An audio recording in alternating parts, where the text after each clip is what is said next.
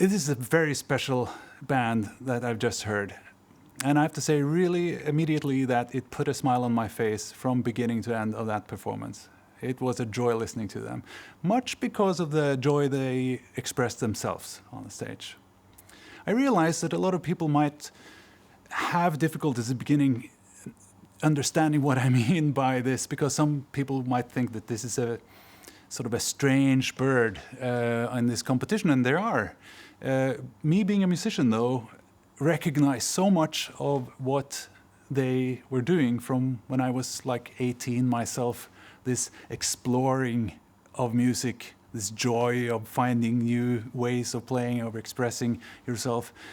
Sometimes a dead end, sometimes a great success, sometimes something that people have done before. And speaking of that, they based most of their repertoire on Bulgarian folk music. Tricky meters, for example, which is like 7/16 notes plus 7/16 notes. It's difficult to play, so they really know how to play. They practice real hard on this. And the rhythm section was brilliant. They had a very good drummer, they had a good percussionist, good bass, good guitar, and the pianist, which I think was the leader of the band, was also following really, really well on a technical point of view. The wind players did a fantastic job on following up on that tricky part. So technically, I think they did a very good job.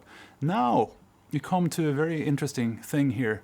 They, unlike any of the other bands, use inaccuracy as a musical tool. That is very unusual, that they deliberately play not together to create an effect. You can also deliberately play really ugly. For example, in the score, we could read that it sometimes said, any note, make noise for a bar, and things like this, which from sort of a dramaturgical standpoint makes very much sense, because it creates an effect and it sort of makes the audience go, what is going on? And then you're brought back to sanity again. And if I'm going to say something that wasn't 100% in this, was that they could have kept the tight parts tighter and the loose parts looser, so that they make that difference more obvious. That would make everyone follow them more. So another thing that could have been even better was, for example, when they played solos.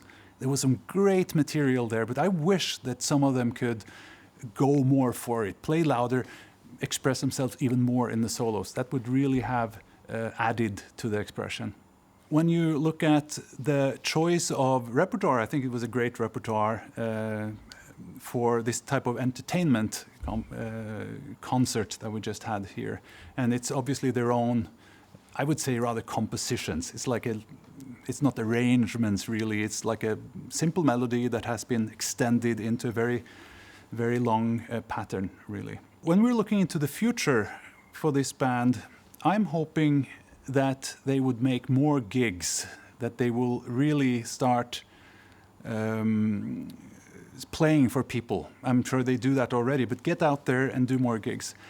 Second thing they should do immediately is get rid of the sheet music, because the communication part is mainly done by the leader, who does everything without music at the moment, and he conducts wildly. He's sort of waving his arms and do stuff that no conductor in the classical world would do, but he gets the stuff done, so kudos to him for that.